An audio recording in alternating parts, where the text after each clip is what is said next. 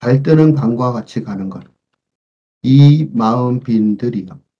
이 마음 빈들이여 만리강 발바퀴 거울 구른다. 반야의 능가경 일국노라니 잔남이 몰래와 밤을 훔쳐가는구나. 한성취한 스님의 선의 노래 두 번째. 승려에게 청정심이 있고 만리 강에는 가을달이 떴네.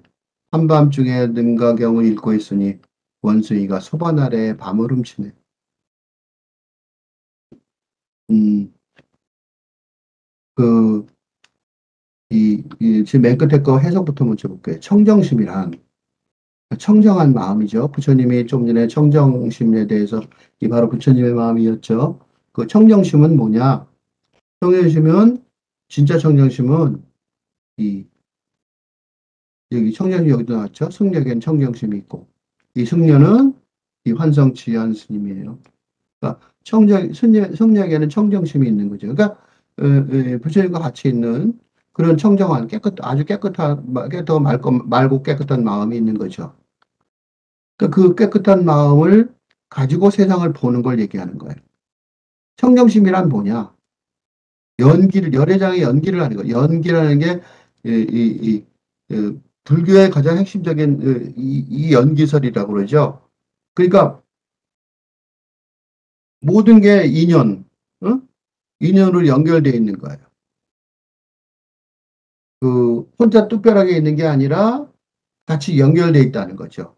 그죠? 그러니까 그래서 공부를 하는 거예요. 공부를 하는 이유, 지금 이런 연구를 하는 이유가 이게 오늘만 공부하고 없어지면 공부할 필요가 없는 거죠. 고민할 필요가 없는 거예요. 그러니까 그런 경우 있을 수 있잖아요. 아, 난 미래가 없어. 난 조금 뒤에도 뭔지 모르겠어. 나는 지금 이 순간만 살아. 그러면 진지하게 공부할 필요가 없어요. 근데 지금 이걸 지금 듣고 있는 바로 지금 이 순간에 그런 걸 듣고 있다면 그분은 이제 그 연기를 받아들인 거죠. 인연으로 계속 이어진 거. 그러니까 오늘 공부해서 내가 조금 더 뭔가 깨침의 길을 찾아가면 그게 쌓여서, 그치?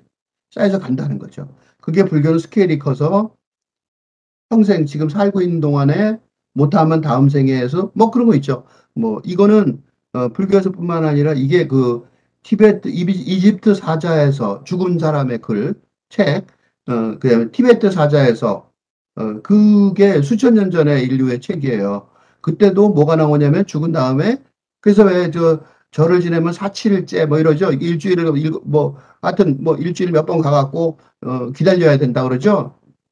그런 자세한 얘기는 할 필요가 없는데 그런 얘기들이 나오는 이유가 뭐냐면 그게 티베트 사자에서 이집트 사자에서가 먼저인데 티베트 사자에서가 또 읽기 좋아요. 하여튼 그런 걸 찾아서 슬쩍 읽어보시면 뭐 이 연기설에 대한 얘기 기본이 인류의 원래부터 있었던 설이라는 걸 알 수 있어요. 그러니까 그래갖고 처음에 죽었다 해서 끝나는 게 아니라 그 살아있는 동안의 업보에 따라서 뭐 동물도 되고 인간으로 다시 태어나기도 하고 뭐 그렇지 부처가 되기도 결국 쌓여서 부처가 되기도 한다 뭐 그런 얘기들이 있어요. 그 연기설인데 그래서 부처가 되지 못하더라도 사람이 된 거, 지금 사람으로 사는 거는 대단한 행운이다, 축복이다. 다시 사람으로 태어나는 것도 굉장한 축복이다. 이런 식으로 사찰에서 많이 얘기해요. 그 연기설에 따라서. 근데 그 청정심을 얻으려고 그러는 거죠. 어떻게 보면 구체적으로 딱 설명한다면 그런 거죠. 근데 그 청정심을 얻는다는 것, 그거는 토반 아래 지금 밥상 아래에다가 책 놓고 공부하는데 그지? 능강경책을 놓고 보는데 원숭이가 밑에 싹 훔쳐가는 거예요.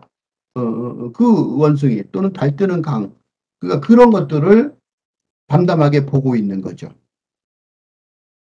밤을 훔치면 이제 스님은 아마 내일 아침에 굶으셔야 될지도 모를 텐데 원숭이가 밤을 훔치는 거를 보고 그냥 능가경을 읽고 있는 거죠. 아, 저기 밤을 훔치네 이러고 있는 거죠.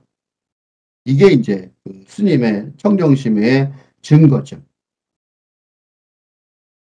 그러니까 원숭이가 밤을 훔치는 것도 뭐라고 보냐? 인연이겠죠. 만리강에 달이 뜬 것도 인연이고요. 그죠? 내가 한밤중에 불경을 읽는 것도 인연이고. 그런 인연의 속에서 청정심이 있다면, 청정심이 있다면, 그런 것들을 그냥 선의 노래로 다 받아들일 수가 있는 거예요. 이게 원숭이가 뭐 이렇게 읽으니까 뭐 이런 얘기가 무슨 소리야 그렇겠지만 이걸 조금 바꿔서 현실에 가까운 얘기로 이걸 다시 번역해 보면 좀 달라요. 소반 아래 이렇게 소반 조그만 밥상 책상도 따로 없어서 가난하신 분이죠. 청빈하게 청정신은 있지만 청빈하게 사시는 스님이 앉아서 책을 읽고 경전을 읽고 있는데 소반 안에다 밤을 놔둔 거예요. 왜냐면 내일 식사죠. 하루의 식사인데 그걸 싹 훔쳐가고 있어. 원숭이가 생각해보세요. 조그만 소반 밑에 원숭이가 옆에 있었어요. 원숭이가 쓱 들어오더니 옆에 있어요. 원숭이가 보더니 그 밑에 있는 밤을 노리고 온 거죠. 가만히 놔둬요. 원숭이가 조금 있다가 쳐다보더니 싹 훔쳐가고 도망쳤어요. 내일 굶어야죠. 한번 생각해보세요. 훔치러 온 건 너무 뻔하겠죠. 동물이니까. 그 훔치러 오겠다는 야욕을 처음부터 드러냈겠죠. 그냥 내버려 둔 거예요. 내일 그 원숭이가 그 훔쳐가는 걸 야단치고, 야, 여기 왜 왔어? 나가, 방에서 나가. 그러면 원숭이 나갔을 거 아니에요? 근데 원숭이가 방에서 나가게 하지도 않았고, 옆에 와서 자기 옆에 앉아 있는 것도 놔뒀고, 원숭이가 지금 그 밑에 있는 내일의 식사를 노리고 있던 것도 아는데, 그죠? 계속 쳐다본 거예요. 그렇게 해서 연가경을 읽고 있는 거죠. 그러니까 원숭이가 훔쳐가는 거예요. 어, 무슨 바보 같은 짓인가 싶죠? 무슨 바보 같은 짓이냐? 이게 무슨 선의 노래냐? 이런 생각이 들죠? 그런데 밤을 훔치는 원숭이나 달이 뜨는 강, 이 두 개가 다를까요? 지금 오늘 옆에 있는 말리라는 이름을 붙은 강에 달이 떴어요. 그거랑 달이 뜨는 강이랑 밤을 훔치는 원숭이랑 이게 어때요? 이건 연기고 이건 아닐까? 어쩔 수 없이 온 거겠죠. 여기다 이걸 바꿔볼까요? 밤 훔치는 원숭이를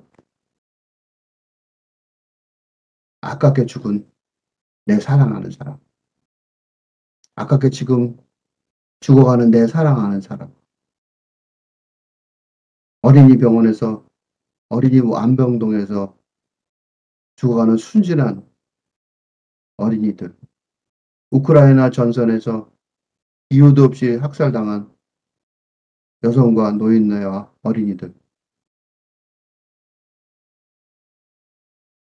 어떻게 생각해야 돼요? 밤을 훔치는 원숭이는 작은 피해지만 아주 어마어마하게 큰 비극의 상황이 될 수도 있어요. 그 상황과 밤을 훔치는 원숭이는 같은 거예요. 왠지 아세요? 밤을 훔치는 원숭이가 달이 뜨는 강과 같은 거니까. 문제는 그때도 청정심이, 그때도 청정심이 있는 상인이어야 되는 거죠. 그게 선의 노래인 거죠. 그런 마음, 그런 청정심의 마음을 달성한 거, 자기 수준을 얘기한 거죠. 이거는, 한성지연 스님이 자기가 그 수준에 달성했다.